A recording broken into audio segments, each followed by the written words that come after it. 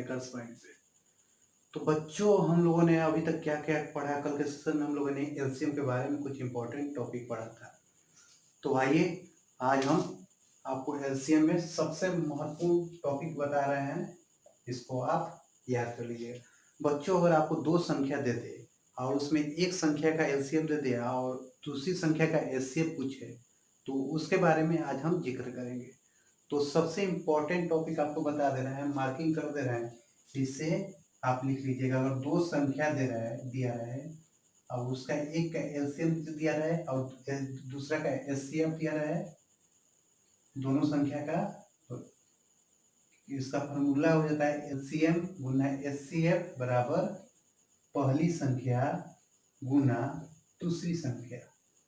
सबसे महत्वपूर्ण टॉपिक है बच्चों ये, इसको आप ये माइंड कर लीजिए और इसे कॉपी में नोट डाउन कर लीजिए और इसको अच्छी तरह से आप समझ लीजिए। तो समझने के लिए क्या करना होगा बच्चों, तो हमें एक क्वेश्चन लिखना होगा। तो क्वेश्चन मैं लिख देता हूँ। तो क्वेश्चन आपका है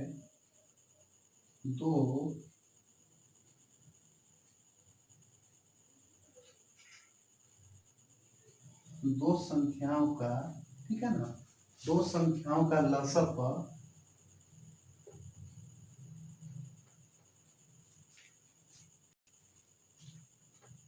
48 तथा, ठीक है, मसअ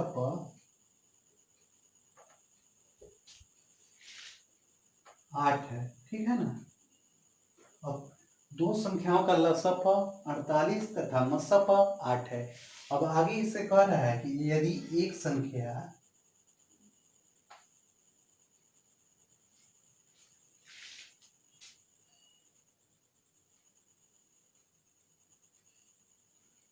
हो, ठीक है ना, यदि एक संख्या आपका 24 हो तो दूसरी संख्या ज्ञात करें।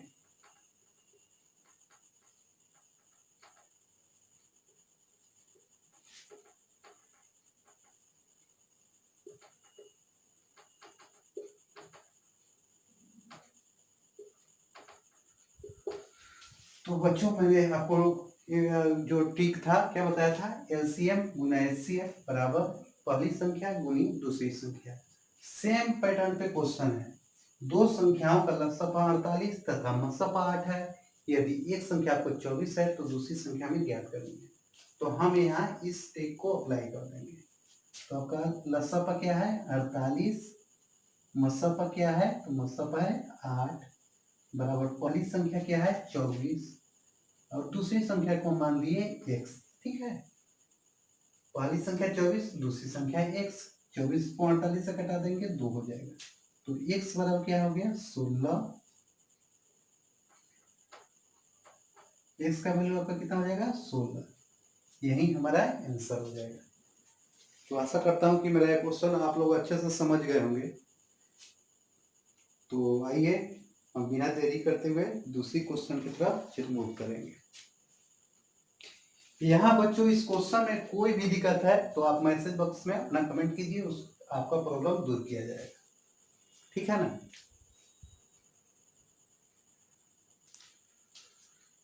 तो बच्चों आइए हम दूसरे क्वेश्चन की तरफ चलेंगे। दूसरा क्वेश्चन कह रहा है कि दो संख्याओं का लसअ 7700 तथा मसअ 11 है। यदि एक संख्या पर 308 है तो हमें दूसरी संख्या निकालनी है। तो सेम पहले वाले पैटर्न को हमें फॉलो करना है। तो पहला पैटर्न क्या था, आशा करता हूं बच्चों कि आपको याद होगा, लसअ गुना मसअ बराबर पहली संख्या गुनी दूसरी संख्या। तो आपका लसअ कितना है 7700 है, मसअ क्या है 11 है बराबर पहली संख्या कितना है 308 है, दूसरी संख्या क्या है तो x है। इसका हमें मान ज्ञात करना है। तो हमें 11 से 308 को घटाएंगे तो 11 में 2 करेंगे 22, 8 8 11 8 88, 28 हो गया। अब हम 7 से इसको कटा देंगे 1100 हो जाएगा और 7 में इसको करेंगे 4 हो जाएगा 28, 4 को इससे हम कटा देंगे 25 हो जाएगा, यानी 25 गुना 11। तो 25 से कम 25 का 5 और 25 में से 1 गुना किया 25 और हासिल 2 था 27। x बराबर यही आपका 275 आंसर हो जाएगा। तो चलिए इसमें जितना जल्दी हो सके आप लोग नोट कर लीजिए। अब मैं आपको अगला क्वेश्चन बताऊंगा जो ऑप्शनल क्वेश्चन होता है, अक्सर एग्जाम में आपको आते हैं, तो जरूरत है उस क्वेश्चन पे आपको गौर बनाए रखने की, ठीक है ना। तो बच्चों आइए, अगला क्वेश्चन मेरा जो है ऑप्शनल क्वेश्चन है, और मेरा क्वेश्चन आप लोग इसे ध्यान से आप देखिए। क्वेश्चन कर रहा है कि दो संख्याओं का लसागु 144 है, तो निम्न में से कौन सा संख्या उसका मसफ नहीं होगा। आपका चार ऑप्शन दे दिया गया है, 12, 16, 18, 14। तो अगर बच्चों इस तरह दिया रहे, लसप मसप दिया रहे, मसप दे दे, लसप दे दे, कोई भी एक संख्या दे दे, तो दूसरी संख्या निकालने के लिए हम क्या करेंगे, कैसे मिलाएंगे कि चारों में से कोई भी एक ऑप्शनल है जो रॉन्ग है, इसका मसप नहीं है। तो मसप के लिए लसप दिया रहा है, तो इसका हम गुणनखंड देखेंगे कि 12 है कि नहीं। तो 12 को 144 से गुना करें, भागा देंगे तो कट जाएगा।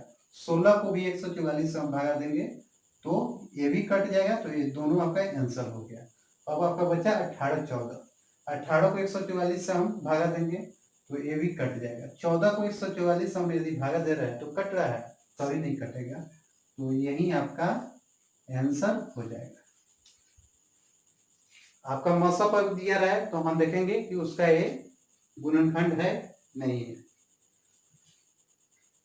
कोई भी संख्या, बड़ी संख्या रहे चाहे छोटी संख्या रहे, आप यहाँ पे मान लीजिए यहाँ का बड़ी संख्या दे दे, लसप कुछ दे दे, और यहाँ मसप का जिक्र है और लसप का जिक्र है, यहाँ पे किया रहे, यहाँ जो आपका लसप दिया है यहाँ मसप दे दे, ठीक है ना, और ऑप्शन में आपका लसप दे, तो गारंटेड है कि लसप जो होता है मसप से बड़ा होता है। तो हम इस ऑप्शन को इससे भागा देकर देखेंगे कि पूरी तरह विभाजित हो रही है कि नहीं। अगर नहीं हो पाएगी तो उसका आंसर नहीं हो पाएगा। तो आइए हम अगले क्वेश्चन की तरफ मूव करेंगे।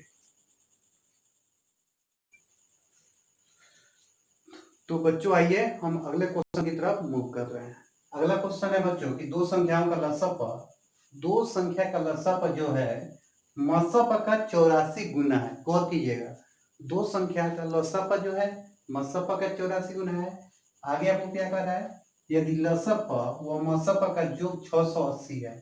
पहले कर रहा है कि लसप जो है मसप का 84 गुना है, दूसरे कर रहा है कि लसप और मसप का योग 680 है, फिर कर रहा है तथा एक संख्या 96 है तो दूसरी संख्या में ज्ञात करनी है।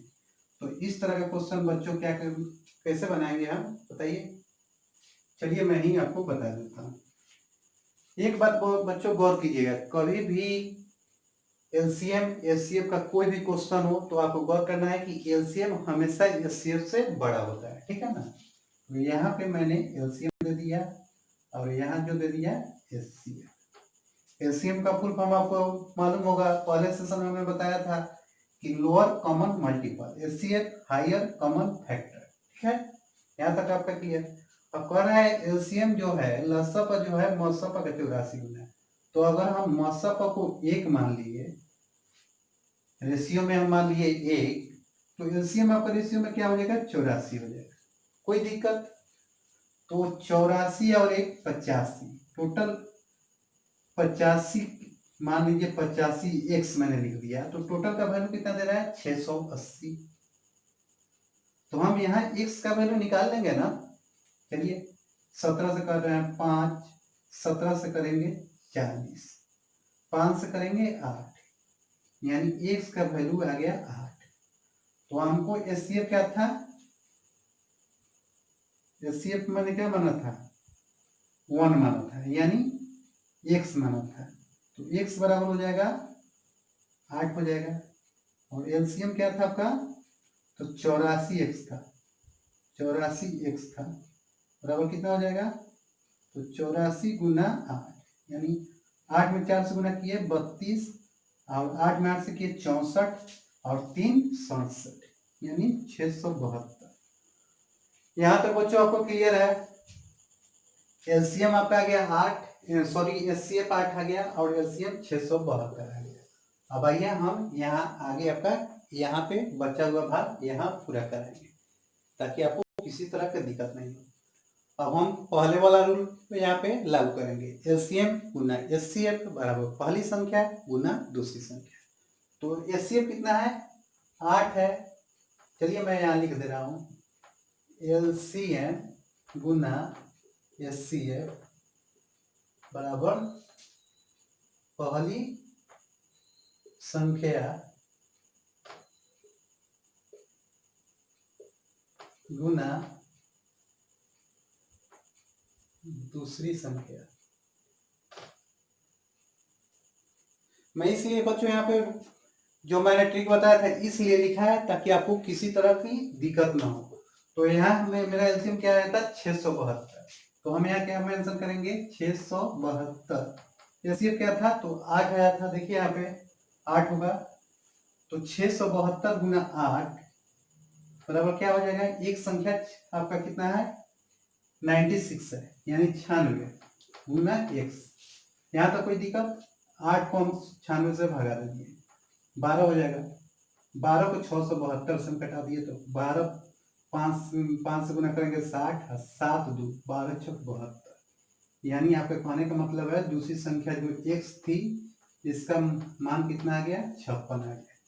यही आपका आंसर हो जाएगा। बच्चों आशा करता हूं कि इस क्वेश्चन में आपको कहीं भी कोई प्रॉब्लम नहीं हुआ होगा। अगर किसी तरह की प्रॉब्लम हो रही है तो कमेंट बॉक्स में अपना मैसेज कीजिए।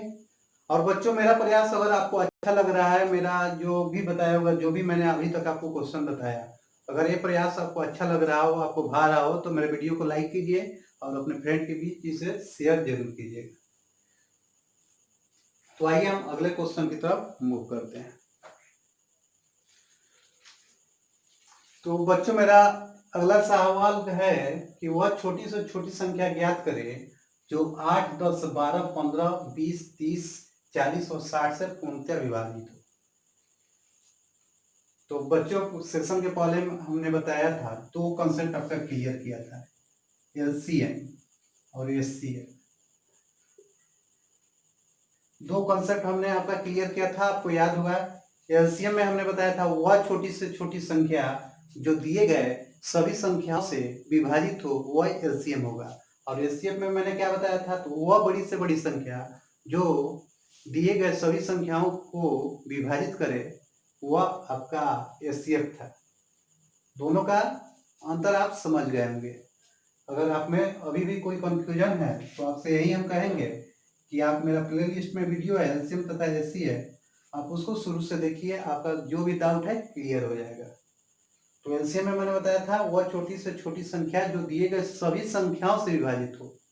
कॉन्सेप्ट याद रखिए, दिए गए सभी संख्याओं से विभाजित हो। और एचसीएफ बराबर वह बड़ी से बड़ी संख्या जो दिए गए सभी संख्याओं को विभाजित करे। तो यहाँ पे आपको दिया रहा है छोटी से छोटी संख्या ज्ञात करें, यानी हमको एलसीएम निकालना है। यहाँ पे हमें क्या निकालना है, तो एलसीएम निकालना है जो 8 10 12 15 20 30 और 40 और 60 से विभाजित। तो बच्चों संख्या बहुत बड़ा है, बहुत ज्यादा संख्या है, तो एग्जाम में अगर इस तरह क्वेश्चन दे दिया जाए तो अगर हम इस तरह एलसीएम निकालें तो बहुत समय निकल जाएंगे। तो हम इसको क्या करेंगे, यहाँ पर 4 ऑप्शन है, हम चारों को ठीक से अप्लाई करेंगे। तो यहाँ पे देखिए 120 60 60 जो है क्या 8 से आपको विभाजित हो रही है, 60 नहीं होगी, तो 60 मेरा आंसर कभी नहीं होगा। फिर हम क्या देखेंगे, 180 देखेंगे, 180 8 से विभाजित होगी, बोलिए कभी नहीं होगा, तो ये भी कट गया। ऑप्शन बचा क्या मेरा, 120 और 240। दो ऑप्शन बच रहा है, एक 120 है और 240। दोनों संख्या मेरा विभाजित हो रहा है, सारे ऑप्शन से विभाजित हो रहा है, अब मेरा टोटल विभाजित हो जाएगा। तो हम क्या देंगे, तो यहाँ पे आपका क्या मेंशन किया गया है, छोटी से छोटी संख्या निकालना है, यानी हमको एलसीएम देना है। तो इसका आंसर छोटी से छोटी संख्या क्या क्या है, तो 120 है, तो यही मेरा आंसर हो जाएगा। तो आइए हम इसको यहाँ पे बना देते हैं। संख्या क्या है, 8 10 12 15 20 30 40 एवं 60 का एलसीएम हमें निकालना है। तो हम यहाँ 2 से भाग देंगे, 4 हो जाएगा, 5 हो जाएगा। आपको दिख रहा है कि दिक्कत हो रहा है ना, मैं इधर आ जा रहा है। 5 हो जाएगा, 6 हो जाएगा, 15 हो जाएगा, 10 हो जाएगा, 15 हो जाएगा, 20 हो जाएगा और यहाँ 30 हो जाएगा। फिर मैं 2 से भाग देता हूँ। 2 हो जाएगा, 5 हो जाएगा, 3 हो जाएगा, 15 हो जाएगा, 5 हो जाएगा, 15 हो जाएगा, 10 हो जाएगा, 15 हो जाएगा। अब फिर मैं यहाँ 2 से भागा देता हूँ। 1 होगा, 5 होगा, 3 होगा, 15 होगा, 5 होगा, 15 होगा, 5 होगा, 15 होगा। अब हम यहाँ 3 से भाग देते हैं। 1 हो गया, 5 हो गया, 1 हो गया, 5 हो गया, 5 हो गया, 5 हो गया, 5 हो गया, 5 हो गया। अब हम इसे 5 से भगा देंगे। 1 1 1 1 1 1 1 1 सारे 1 हो गए। अब हम इसको गुना करेंगे। 5 में 3 से करेंगे 15, 15 में 2 से करेंगे 30, 30 में 2 से गुना करेंगे 60, 60 में 2 से गुना करेंगे, हमारा एलसीएम क्या आया 120। तो हमने ठीक से यही बनाया था ना, 120 240। तो छोटी संख्या निकालनी थी तो 120 हो गया। अब बच्चों यहाँ पे अगर छोटी से छोटी संख्या न देकर यहाँ आपको दे दे बड़ी से बड़ी संख्या, वो बड़ी से बड़ी संख्या ज्ञात करें जो आगे कोई भी क्वेश्चन है तो इस तरह का क्वेश्चन अगर छोटी की से छोटी की जगह बड़ी से बड़ी दे रहा है तो इसके लिए आपको वेट करना होगा, क्योंकि ये क्वेश्चन मेरा जो है पेंडिंग में रह जा रहा है और मैं आपको इसको कल के सेशन में बताऊंगा। तो इसके लिए बच्चों आपको कल तक वेट करना होगा। तो बच्चों जाने के पहले मैं आपको फिर से एक बात कहना चाहेंगे कि अगर मेरा सेशन आपको अच्छा लग रहा हो, मेरा प्रयास आपको पसंद आ रहा है तो प्लीज़ मेरे वीडियो को लाइक जरूर कीजिए और जितना हो सके उतना इसे अपने फ्रेंड के पास शेयर कीजिए। शेयर करने में किसी तरह की कोताही नहीं होनी चाहिए। तो बच्चों आज के सेशन में बस इतना ही। तब तक के लिए हमें आज्ञा दीजिए। थैंक यू, बहुत बहुत धन्यवाद।